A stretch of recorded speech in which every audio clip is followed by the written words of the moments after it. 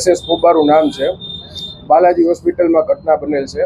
મારા મધરનું આપણે ગર્ભાશયની કોથળી કઢાવવાનું ઓપરેશન 27 તારીખે કરેલ છે. 27 તારીખે તેમને એડમિટ કર્યા અને 28 તારીખે તેમનું ઓપરેશન હતું, મંગળવારના રોજ. ત્યાં તેમને ઓપરેશન સવારે 8 વાગે લઈ ગયા હતા, બરોબર. ત્યાં કોઈ પણ જાતના કાંઈ લોહી વગરના કોઈ પણ રિપોર્ટ કર્યા વગર તેમનું ઓપરેશન કરેલ છે.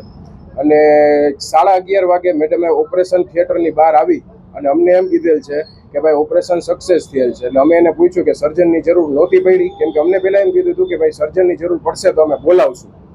ટોટલ 70,000 રૂપિયા ફી ચૂકવેલ છે. હવે એમને એમ કીધું હતું કે ભાઈ સર્જનની જરૂર પડે તો એના એક્સ્ટ્રા ચાર્જીસ થાય. અમે એમ કીધું હતું કે ભાઈ અમારી પરમિશન વગર તમે બોલાવી લેજો. એટલે એ લોકોએ બહાર આવીને ઓપરેશનમાંથી થિયેટરમાંથી બહાર આવીને એમ કીધું કે ભાઈ સર્જનની જરૂર પડી હતી, બરોબર, ક્રેશ ક્રિટિકલ થઈ ગયો હતો. પરંતુ મેં તેમને ફોન કર્યો, પરંતુ તેઓ જે મેઇન સર્જન હતા તે બીજા ઓપરેશન થિયેટરમાં હતા, તેથી તે આવી શક્યા નથી અને મેં એના ઇન્સ્ટ્રક્શન ઉપર ઓપરેશન કરી નાખ્યું, બરોબર. પછી 19 થી 20 કલાક સુધી બેહોશ હાલતમાં જ હતા. મારા મમ્મીને કોઈ પણ જાતનો હોશ હતો નહીં. અમે એ લોકોને પૂછી, ત્યાંના ડોક્ટરને, ત્યાંના સ્ટાફને, તો એ લોકો એમ કહે છે કે ભાઈ ઓપરેશન થયા પછી બધું નોર્મલ કહેવાય, એ નોર્મલ કહેવાય. એ લોકો એમ જ કહે છે. એ બેસુદાદ હાલતમાં જ હતા. પછી સવારના 8 વાગે તેમને શ્વાસ થોડોક ચડતો હતો, હૃદયમાં દુખતું હતું. અમે અહીંયાના ડોક્ટરના સ્ટાફને એમ કહી તો એ એમ કહે છે કે ભાઈ ગેસના તકલીફથી હોઈ શકે, બીજો કાંઈ આમાં કાંઈ છે નહીં. એટલે અમે એમ કહી કે ભાઈ મેડમને બોલાવો. મેડમ 8 થી 10 વાગ્યા સુધી કોઈ આવેલ છે નહીં.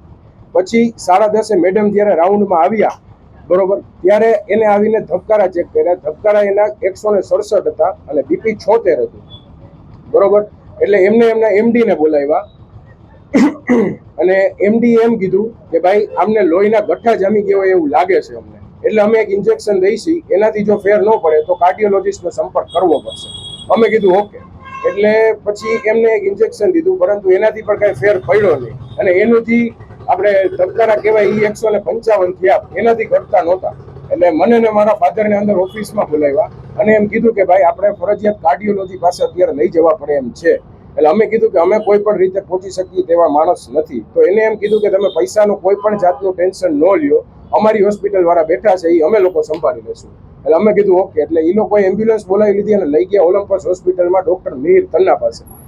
સાહેબ મિહિર તન્નાએ ત્યાં એમનું બધું પ્રોસિજર ચાલુ કરી અને તેમનું એન્જિયોગ્રાફી કર્યું. એન્જિયોગ્રાફીમાં મિહિર તન્ના સાહેબે એમ કીધું કે ભાઈ એના હૃદયમાં લોહીના ગઠ્ઠા જામ થઈ ગયા છે, એટલે એની પ્રોસેસ ચાલુ કરવી પડશે. એટલે ત્યાંના જે બધા બિલ હતા એ પણ એ લોકો ભરવાના હતા એવું અમને કીધું હતું.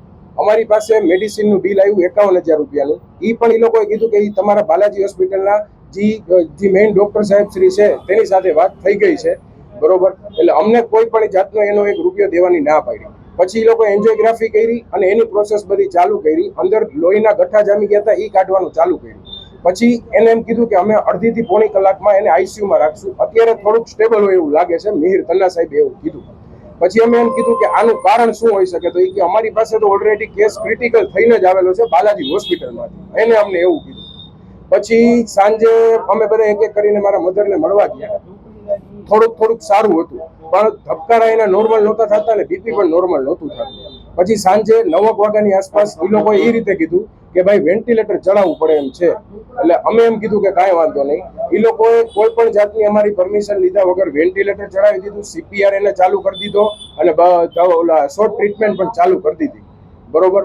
9:30 વાગે એમના ધબકારા એકવાર બંધ થઈ ગયા અને 10 વાગે પાછા આવ્યા અને 11:20 સુધી ત્યાંના સાહેબોએ બધાએ ટ્રાય કરી, પણ ધબકારા પાછા ચાલુ થયા નહીં. એટલે બાલાજી હોસ્પિટલની બેદરકારીને લીધે મારા મધર એક્સપાયર થઈ ગયા અને અમારી પાસે અંદાજે 1.5 થી 2 લાખ રૂપિયાનું ત્યાં બિલ થયું હશે, પરંતુ અમારી પાસેથી 1 પણ રૂપિયો લેવામાં આવ્યો નથી. એટલે બાલાજી હોસ્પિટલના વાકની લીધે થયું હોય તો જ ન માંગે ને. પોલીસને અમે A ડિવિઝને અરજી કરેલ છે, ત્યાં PI સાહેબને પણ મળેલું છે. એને પણ એમ કીધું છે કે અમે અમારી પ્રોસેસ થશે એટલી ફાસ્ટ કરશું અને PM રિપોર્ટ પણ FSLમાં ગાંધીનગર ગયો છે. ઓપરેશન કરાયું હતું ડૉક્ટર કવિતાબેન દાદાને. અમારી માંગ એટલી જ છે, કોઈ પણ જાતની પૈસાની માંગ નથી, ખાલી ન્યાય જોઈએ છે કે ભાઈ કવિતાબેન છેલ્લે સુધી હાજર પણ નથી થયા કે એમાં શું એને ઓપરેશન કર્યું, કોઈ પણ જાતનો અમે 1.5 કલાક સુધી ફોન કર્યા તો કોઈ આવેલ નથી. હા, અને હા, એને ચોખ્ખું એમ કીધું કે થોડો ક્રિટિકલ કેસ થઈ ગયો હતો ઓપરેશન વખતે, પરંતુ અને આંતરડા સાથે એની કોથળી ચોટી ગઈ હતી, એની ગર્ભાશયની કોથળી મારા મધરની આંતરડા સાથે ચોટી ગઈ હતી કે સર્જનને ફોન કર્યો પણ સર્જન આવેલ નથી કે એ બીજા ઓપરેશનમાં હતા, એટલે કે મેં એના ઇન્સ્ટ્રક્શન કહેવા મુજબ એને જેમ કહેતા કે એમ ફોનમાં ઇન્સ્ટ્રક્શન ઉપર મેં ઓપરેશન કરી નાખ્યું છે અને સક્સેસ થઈ ગયું છે. Follow for more updates. VRM9 News.